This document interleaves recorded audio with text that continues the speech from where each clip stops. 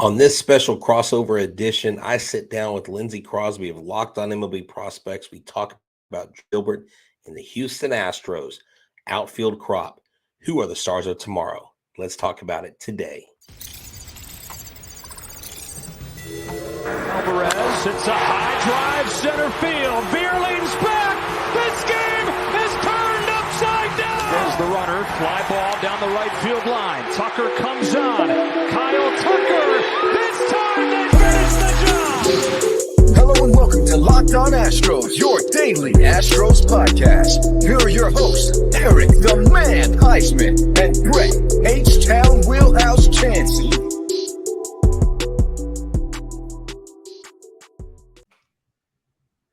Welcome into a Locked On crossover edition. Lindsay Crosby, host of Locked on MLB Prospects. Brett Chancey, one of the hosts of Locked On Astros. And we're here to talk about specifically some of the outfielders because, Brett, a lot of fans are clamoring for some Drew Gilbert right now. 2022 first rounder last year out of Tennessee. And from what you were telling me before we started recording, there are some fans that want him to be called up right now, aren't they? Or this year. Oh, yeah. You know, especially with kind of, I guess, the inconsistent nature of the offense where they'll produce 4 or 5 runs and then they won't produce a few. You know, they see Drew Gilbert, the bat flips, the face paint, the volunteer, the whole, you know, the Drew Gilbert we know that we drafted. And they're like, why can't we just bring him up now? The kid's got moxie. So, yeah, they're definitely clamoring for him already. Yeah, it's definitely an interesting scenario. Don't want to throw cold water on some of the fans, but it is a little bit early to do that. He started off this year. They put him straight in high A to start the year. And so 21 games, he spent just over 3 weeks in high A Asheville. Played really well, 360, 421, 686 slash line. We always talk about that 300, 400, 500 makes you a dude. He got a 680 in there, 6 home runs, 15 extra base hits. 6 walks, 21 strikeouts, 4 for 4 on stolen bases. And so I think we can both agree he needed to get moved to Corpus Christi. It was just like he was not challenged at all in Asheville. Yeah, you know, exactly. And there are a lot of different elements about Corpus Christi that I love. You know, number one, Joe Thon got promoted as the manager this year, son of former Astros superstar infielder Dickie Thon. And actually had him on the show beginning of last season. I don't think there's a better guy in our system to put at that level and to send Drew Gilbert there because, you know, Corpus is one of those places where it'll really challenge a hitter, you know, with the wind and with the playing environment, you can't exactly pull stuff. You've got to go with where the wind's blowing and it's a different atmosphere. But the pitching seems to always be really solid at the AA level because those are guys that are really trying to get tuned up. So you're right. Gilbert did need a challenge, and that's what you want. You want your top guy, you want your most sought-after guy to be challenged because if he's not, you don't want him getting stale. You don't want him maybe developing some bad habits. And I think Corpus was the perfect place for him to end up. And I wouldn't be surprised if he ended up in AAA at some point this year as well. Yeah, I mean, being a little bit I mean, he's 22 right now, and so far, small sample size, mind you, in Corpus Christi. It's been 14 games, but 340, 456, 468, 1 home run, 4 extra base hits, 9 walks to 10 strikeouts, 2 for 4 on stolen bases. He's seen the ball really well, you know, and when I watched Drew Gilbert and when I've kind of looked at what he could do, the consensus is that he's an above average hitter, right? He's really good at managing the strike zone. And then for being a lefty, he does a good job at turning on a pitch on the inner half. Despite only being, 5'9", so shorter arms and everything, he has good coverage of the entire plate. And he doesn't chase a ton. He does hit too many ground balls at times, which is something a lot of guys are prone to do, even at the major league level. But the real question that I have, and I think what's going to ultimately decide the offensive ceiling for Drew Gilbert is the power. From what I've seen, he looks like he's pretty maxed out as far as physical development. And it feels like a lot of his power comes from either a fastball that's up in the zone or something in on the hands that he can pull the other direction.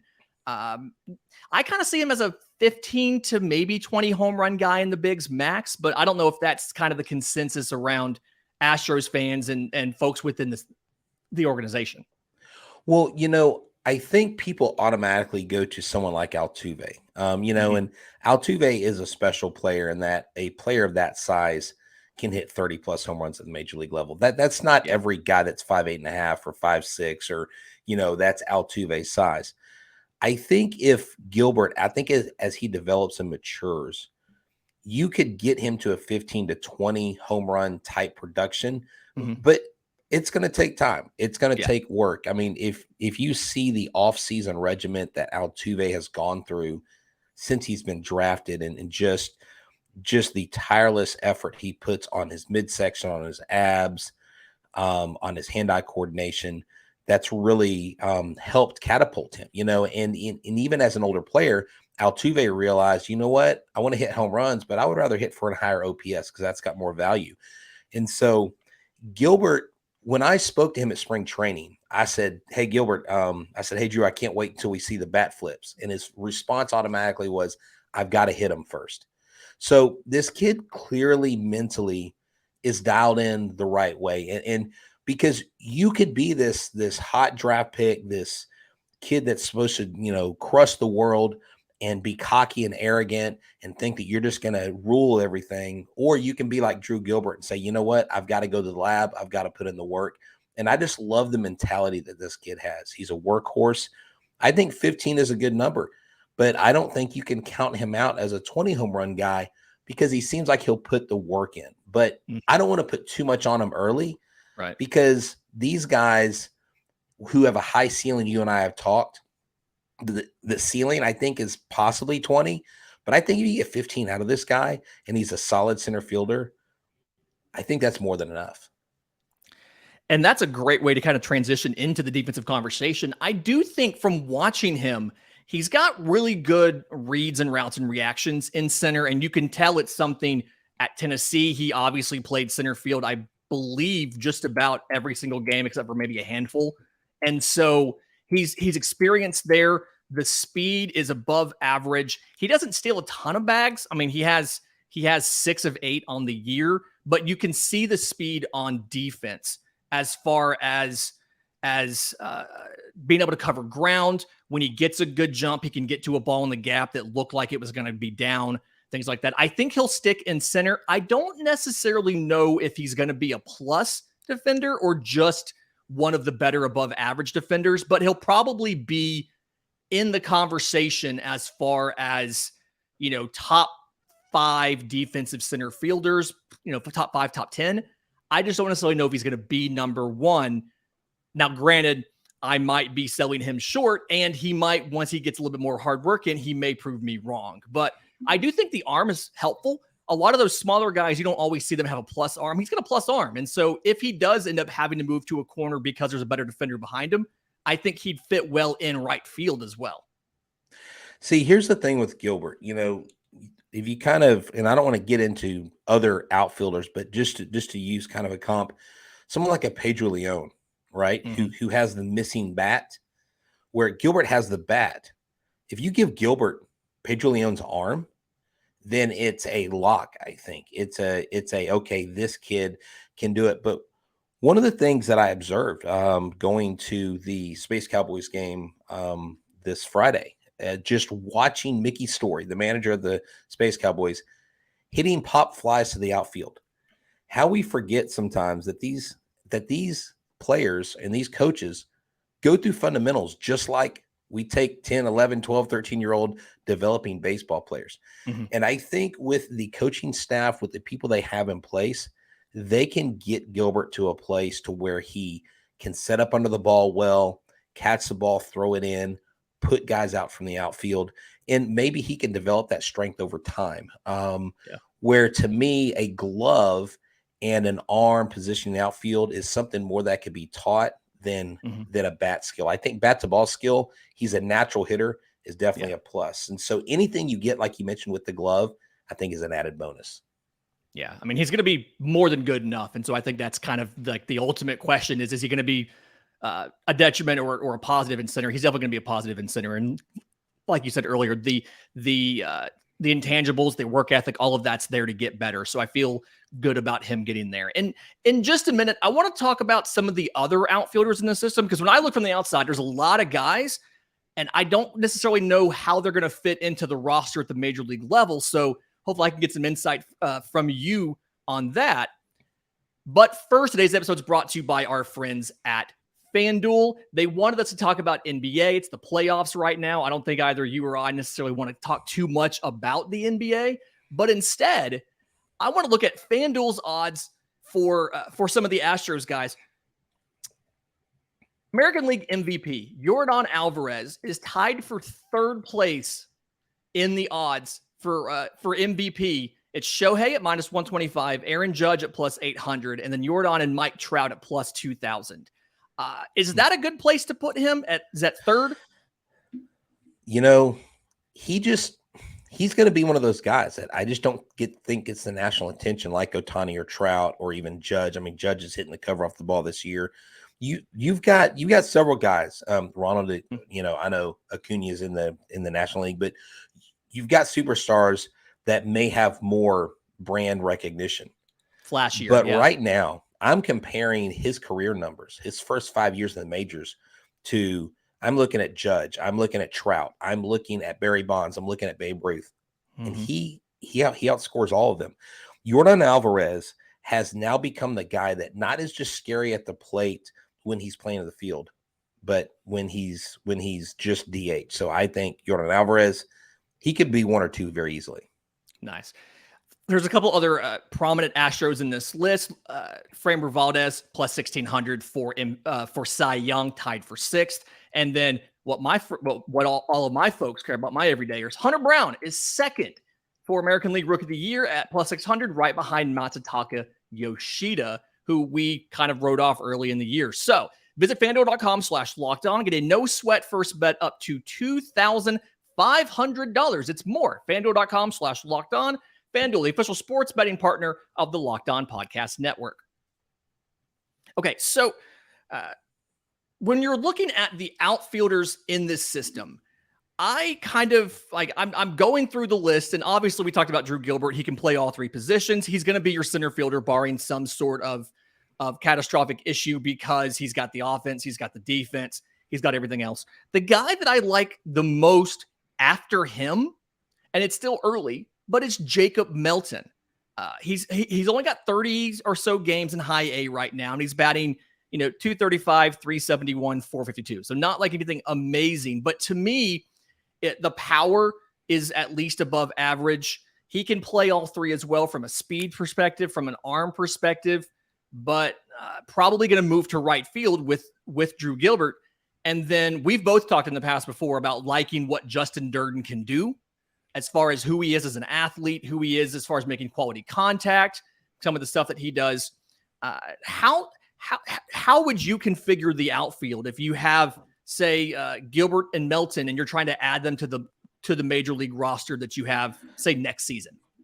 Well, I just think Melton is just a little bit further behind because he is newer, he's younger. I think he's got guys out in front of him. I think Drew Gilbert is the guy that springboards himself and maybe leapfrogs actual players and prospects like Leon, like Dearden. If that were to happen, he just seems to be the more realistic option there. But, Dearden came in and had an amazing spring training. He took full advantage of the stars being gone at the World Baseball Classic and just hit the cover off the ball.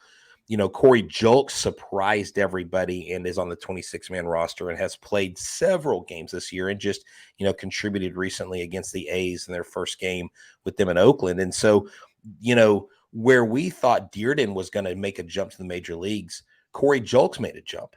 And so the reason why I say that is because, Melton may be a guy that people don't expect, because everybody keeps going, what is going on with Pedro Leon? Because Pedro Leon, if he could get the bat and the ball to match, if he could barrel up baseballs on a consistent basis, I think he would be in the major leagues right now.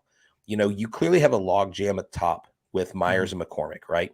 And then you have your utility guys and stuff like that with Julks. I just think Melton is probably going to have to do something extra special, maybe like what Gilbert's doing, to make that jump. I don't Right. think you have to rush him because what you have. Now, my question is this become dependent on what they do with Tucker or what they decide with Tucker long term?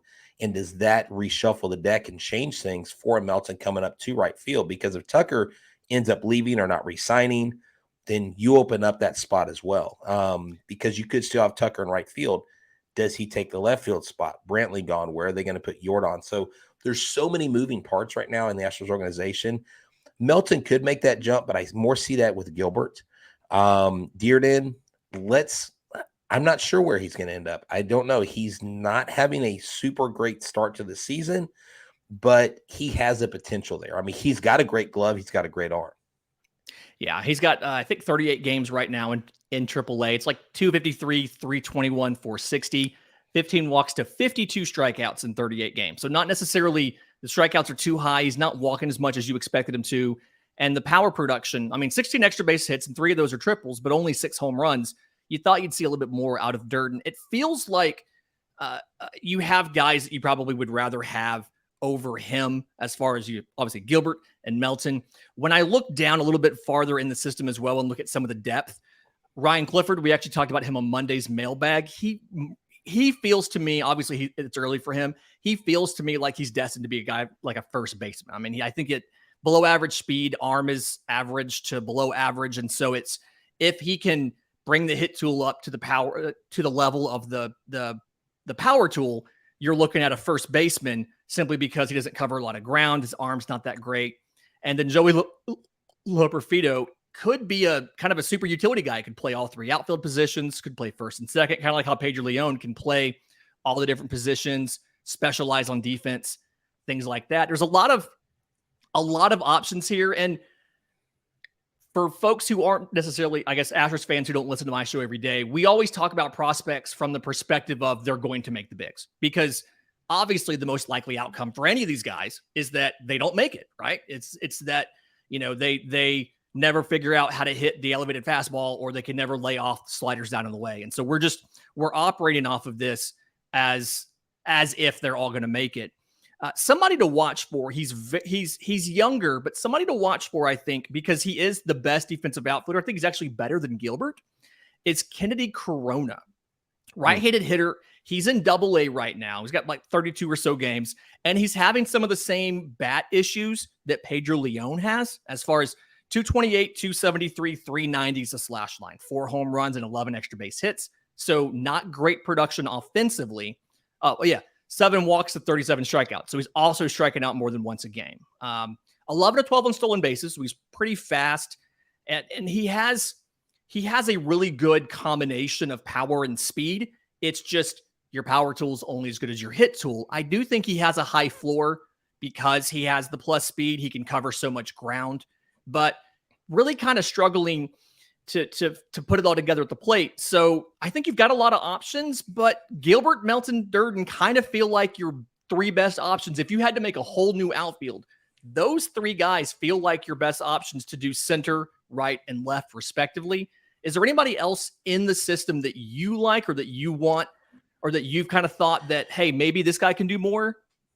I just, you mentioned Loperfido being a super utility guy. I remember when he got his first spring training call up, and Dusty Baker asked him, where do you want to play? And he said center field. He goes, go to right field. And then he makes a diving catch and he comes back in. He goes, golly, son, I guess you're a center fielder. And so Loperfido, I mean, that kid, I've been super impressed. I fully anticipate him to be up in AAA because he's the only guy that has the 7 home runs out of the 3 players we mentioned that is hitting over 300 right now. And so, he's got the OPS of almost 1,000, 968. Outside of those guys that you mentioned, there are so many different names to go through. I don't know who to really pinpoint as the future outfield. I know a lot of people want to see Gilbert. I know a lot of people want to see Dearden, but Melton is, I think, one of those guys that's probably not on everybody's list, but is probably going to be up here in the bigs. Probably should be. And on that note on Loperfido, so like right now in Corpus Christi, he's got 30 games, 314, 438, 571, 6 home runs, 15 extra base hits. 23 walks to 29 strikeouts and 9 to 10 on stolen bases. Like he's in the middle of a breakout right now. And we're not talking about a lefty who, strikes out less than once a game and walks almost as much as he strikes out and is hitting for power in Corpus Christi. So that's a name to remember for Astros fans going forward is Joey Loperfido. I think could be one of those super utility guys that plays 5 days a week at 5 different positions. Like he's that talented. He can play he can play second, he can play third, he can probably play some first, and then he can play all the outfield spots. So keep a guy like that in mind. In just a second, I do have a list. I kind of want to go through some of the prospects that are up and doing well right now, and some of the prospects that are kind of down and struggling a little bit. And we'll get to that next on this special Locked On crossover between Locked On Astros and Locked On MLB Prospects. Welcome back to our special crossover, Locked On Prospects, Locked On Astros. And I want to remind you, the Houston Astros play the Minnesota Twins tonight at 7:10 Central. You can catch every pitch of the broadcast with Sparky and Ford on Sirius XM, on the Sirius XM app. Search Houston Astros. You can also find both of our shows. Search Locked On Astros, search Locked On MLB Prospects on the Sirius XM app to listen to those there if you're there now. And in the meantime, thank you for being here. We appreciate you making us your first listen every day. You're our everydayers who are here every single day. We are very happy that you are here. I'm very excited. Brett, one time that we talked, we broke down some of the catchers in this system. We were talking about what do we do to replace Martin Maldonado when his career is over. And we had gotten it down to Corey Lee was the better defensive catcher and his offense struggled a little bit. Well, I've got news on his defense.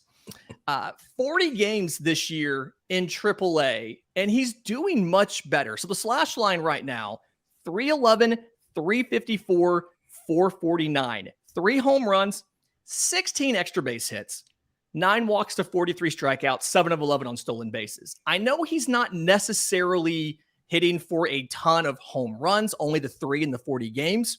And he's still striking out a lot, but he's making good quality contact. And I think part of it is he's not trying to sell out for power. He understands, hey, when I sell out for power, my stats look awful. Let me just focus on making quality contact, putting the ball in play, and then running as much as I can before they try to throw me out. So very impressed with that. And if he can keep that up, he's got a massive arm and is the better defensive catcher between him and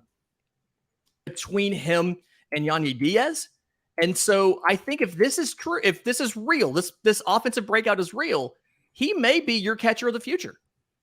He could be, which is interesting because Dana Brown has said that Yandy Diaz is our catcher of the future. And they said at the same breath, we need Corey Lee getting reps every day in AAA because he's the catcher of the future. So I don't know if they forget the statements they make, but it all seems a little contrite and combobulated at this point because let me tell you, Yandy Diaz has the second fastest pop time in Major League Baseball this year. Ooh. He has a phenomenal ratio of throwing out runners from behind the plate. The dude can throw. He can backpick guys off first. He hasn't been given the opportunities. So, they continue to start Martin Maldonado, and this Astros catcher talk of the future is a little confusing from the Astros fan base because we don't know which way is up and which way is down. I think there are a lot of people pulling for Corey Lee and have been, but Diaz comes up and they're like, hey, we thought this kid's defense wasn't great. And it's actually turned out to be quite well. Maybe there's some value to Martin Maldonado still starting, kind of being the tutor, the Jedi master and the Padawan learner of Diaz and Lee. But it would be great to go into spring training next season and have Lee and Diaz squaring off for the starting position, one being the backup, one being the starter, and maybe Martin rolling into a coaching type role in the team. Yeah. And part of me is hoping that with Diaz being up and getting occasional starts behind Maldonado, that Maldonado is really working on some of those intangibles. Because the issues I've always had with Diaz when I watch him catch is a little bit of issues with blocking, and that's just a technique thing. But it really felt like the game calling was where he didn't always exactly jive. And so I think being up with Maldonado, not necessarily playing every day, but being around him, being in the meetings every day and understanding this is why, or this is how I want to attack this batter. This is why I made this pitch call in this count. I think that's a great help for Diaz. And going forward, like in the future, when Maldonado's no longer playing, if that's next year or whatever it may be, I really think the best way to do it is Diaz is athletic enough and his bat's good enough where you could play him occasionally at first or at DH. Yeah. And so I could see scenarios where Lee and Diaz split time behind the plate. And when, because Diaz is not going to hurt you defensively, Lee may be better, but Diaz isn't going to hurt you. His defense has gotten better. He's not going to hurt you defensively. You can get him some playtime at first. You can get some playtime at DH if you have Yordan in the field for some reason. And then they can split time behind the plate. Another guy that I wanted to put on everybody's radar. I don't know how much Astros fans are talking about him, but I've been very impressed with right-hand pitcher Nolan DeVos, 2022 fifth rounder out of Davidson. So he's pitching down an A-ball, and part of this is level of competition. He's a college guy in A-ball. But 8 games this year, 2-1 with the 2.70 ERA in 33 1/3 innings. He has 49 strikeouts, so 13.2 per 9 to 19 walks. 5.1, a little bit high, obviously. He's given up 1 home run. And I think what the Astros need to work on with Nolan is he's a fastball slider guy. Okay. The fastball velocity isn't as great as I'd love it to be. It sits around 90 miles an hour. It's very good up in the zone. He gets like 20 inches of induced vertical break and then has a sweepy slider, sits in the mid 80s, strikes out like 40% of batters he faces. He's just mowing dudes down, and strikeout rate's one of the more predictive indicators of future success in the low minors. That's kind of why I bring it up. It reminds me of Luis Garcia in 2019, where he was striking out 36% of batters in low A. So I think if you can get DeVos to work on the secondaries, the curveball and the change, you can get a little bit of more velo out of him. Because again, 90, 91 is not going to cut it at the major league level. I think that he could be a key piece down the road and somebody who should probably get into top 30 lists when everybody does their re-rates of things a little bit later in the season. Yeah, exactly. No, he has been turning heads. And you've got to love his first name, Nolan. I mean, who wouldn't want another Nolan making waves in the Astros organization? Exactly. Yeah, he has been, and he has been doing phenomenal. Like you said, even though it is a, I guess, quote unquote, lesser, deep talent pool, it's still professional baseball. And like I met the Salt Lake City Bees announcer. It's like he's been doing this 29 years. And he says, just make sure you never call minor leaguers. Call them professional baseball players, because they're all playing pro ball. It's just at different levels and they're at different stages of their career. One guy I'll throw out here, Zach DeCenzo, is a guy that is making moves and just got promoted to Double-A Corpus. And in the outfield crop, I think that kid is also someone that I was going to mention him earlier, and I couldn't put the face with the name, but 403 in 2023 with a 1,088 OPS and 4 home runs. This kid's made a move successfully to Corpus. So Nolan DeVos, maybe he gets up to Asheville. I don't know that he makes the jump to Corpus, but these pitchers, we need to work these pitchers and do things with them that help their development along the way. We've seen high draft picks that aren't doing so well in the Astros organization continue to have bumps in the road, but Nolan DeVos, as long as he stays healthy, works on those things, I think he could be a quality major leaguer at some point. Absolutely. And, mentioned high draft picks that aren't necessarily working out. Forrest Whitley, hope you get better soon. I know that you have a little bit of injury issues. That's a bummer. I thought both him and Jaden Murray, this was going to be the year that they were going to kind of get it done, and it hasn't necessarily happened. Brett, where can my listeners go to find more of you, what you're doing in your show? Yeah, go to our YouTube channel, Locked On Astros. You can follow us on Instagram, TikTok, Twitter, Facebook. I mean, pretty much any social media platform. Check us out, subscribe to us, interact with us. We have polls, we do giveaways. And if you see it at Astros games in Houston, come say hi to us. And for Astros fans, I'm on Twitter at Crosby Baseball. The show's on Twitter at Locked On Farm. You can email us, lockedonmlbprospects@gmail.com. Big thing that you need to know about is we have a Monday mailbag episode. We take all listener questions every single Monday. If there's an Astros prospect you want to hear about or a non-Astros prospect you want to hear about, draft question, whatever it may be, send those into us. For Brett, I'm Lindsay Crosby. It's been another great crossover edition from the Locked On Podcast Network.